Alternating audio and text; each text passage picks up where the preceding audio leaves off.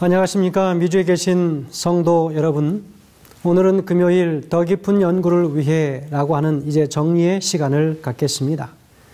우리 말씀 나누기 전에 함께 기도하겠습니다.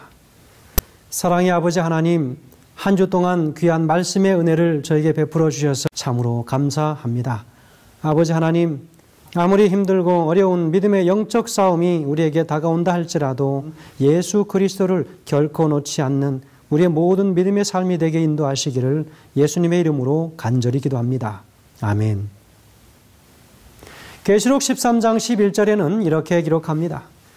내가 봄에 또 다른 짐승이 땅에서 올라오니 새끼 양같이 두 뿔이 있고 용처럼 말하더라 라고 이야기합니다. 12절에서는요. 자기가 먼저 나온 짐승의 모든 권세를 그 앞에서 행하고 그 땅과 땅에 거하는 자들로 처음 짐승에게 경배하게 하니 곧 죽게 되었던 상처가 나은 자니라 라고 이야기합니다.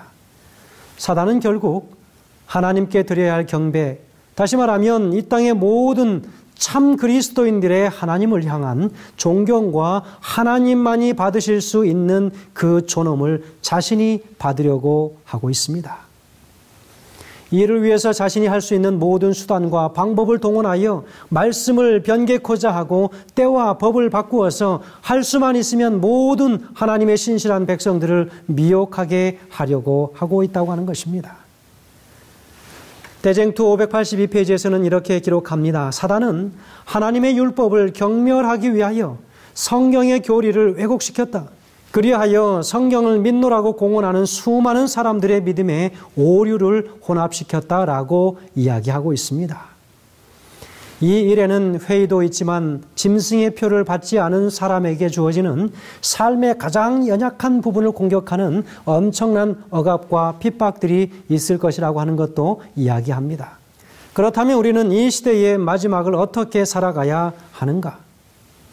끝까지 인내하며 시련을 이기고 승리해야 한다라고 이야기합니다. 그들을 향하여 대항하여 싸우는 것이 아니라 인내하라고 이야기합니다. 하나님의 백성들에게 인내가 필요합니다. 특별히 마지막 시대의 성도들에게는 짐승의 세력으로부터 큰 환난과 핍박이 있을 것이기 때문에 더욱 인내가 필요합니다. 계시록 13장 10절에서는 이야기합니다. 사로잡은 자로 잡힐 것이요 칼로 속이는 자는 자기도 마땅히 칼에 죽으리니 라고 이야기하고 있습니다. 성도의 인내와 믿음이 여기 있느니라. 결국 죽었다가 다시 살아난 용, 바로 그 사단의 권세에 의해서 큰 환난과 핍박이 가중될 것이지만 더욱 인내하며 승리할 수 있어야 하는 존재들이 바로 마지막 남은 하나님의 참 백성들이라고 하는 사실입니다. 우리의 인내를 시험하는 어려움들이 가중될지라도 하나님의 예언의 말씀에 집중하고 끝까지 붙잡으면 승리할 수 있을 것입니다. 그래서 우주적 대쟁투에서 확고한 인내가 필요한 것입니다. 우리의 영원한 중보자이신 예수 그리스도를 놓지 않는 이 세상의 남은 자손, 하나님의 어린 양을 따르는 자들, 곧 이 사람들은 우리의 영원한 중보자이신 예수 그리스도를 놓지 않는 바로 이 세상의 남은 자손들, 하나님의 어린 양을 따르는 바로 그 사람들, 바로 계시록 14장 4절과 5절에서 말하고 있는 이 사람들은 여자로 더불어 더럽히지 아니하고 정절이 있는 자며 사람 가운데에서 구속을 받아 처음 익은 열매로 하나님과 어린 양에게 속한 자들이니 그 입에 거짓말이 없고 흠이 없는 자들이더라 라고 이야기하고 있는 것입니다. 성도 여러분, 우리가 마지막 시대에 어떠한 사람이 되어야 하겠습니까? 계시록 13장 4절과 5절에서 정확하게 가르쳐주고 있습니다. 이 싸움의 마지막의 쟁점은 하나님의 계명을 지키며 예수의 증거를 가진 자들을 멸하기 위한 것입니다. 그것에 경배권이 달려있기 때문인 것입니다. 그래서 하나님의 계명을 변경시킨 것이기도 하지요. 여러분, 경배는 예배입니다. 사단이 두려워 떨 만큼 중요한 것이 바로 예배라고 하는 것입니다.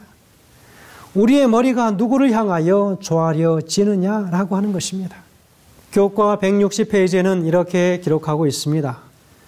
창조주이신 그리스도의 개념은 안식일 예배의 핵심이다. 안식일은 우리의 정체성의 영원한 기념비이다. 그것은 우리가 누구인지를 상기시켜 준다. 그것은 모든 인간에게 가치를 부여한다.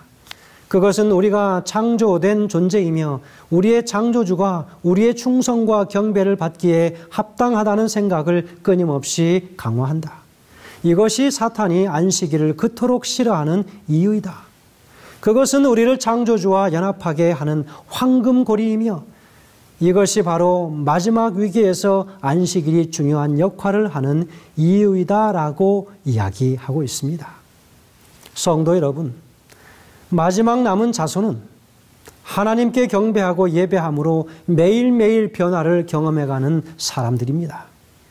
그러나 사단은 예배를 드리면서도 여전히 그 마음이 강팍하고 딱딱하게 굳어져 가도록 그렇게 합니다. 그래야 하나님을 바르게 경배하지 못하기 때문이지요.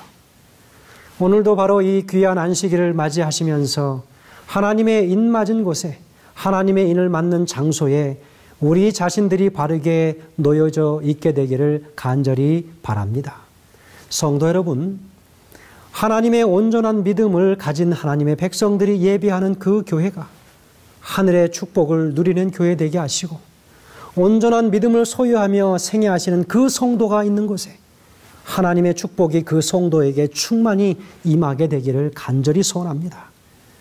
세상에 여러 유혹들이 있지만 그러나 하나님의 인맞기를 간절히 소망하는 우리 모든 믿음의 가족들이 되길 간절히 소원하면서 한 주의 말씀을 마무리하겠습니다. 기도하겠습니다. 하늘에 계신 아버지 하나님, 이 세상이 마지막으로 치달으면서 무엇보다도 간절히 우리에게 사모되어지는 것은 예수 그리스도 그분의 온전한 믿음을 소유하는 것입니다. 그리하여 우리 하나님의 인을 우리 심령 깊숙한 곳에 받기를 원합니다. 그 어떠한 유혹과 환난 속에서도 결코 흔들림이 없는 굳건한 믿음이 오늘 우리의 것이 될 수 있도록 인도하여 주시기를 예수님의 귀하신 이름으로 간절히 기도드리옵나이다. 아멘.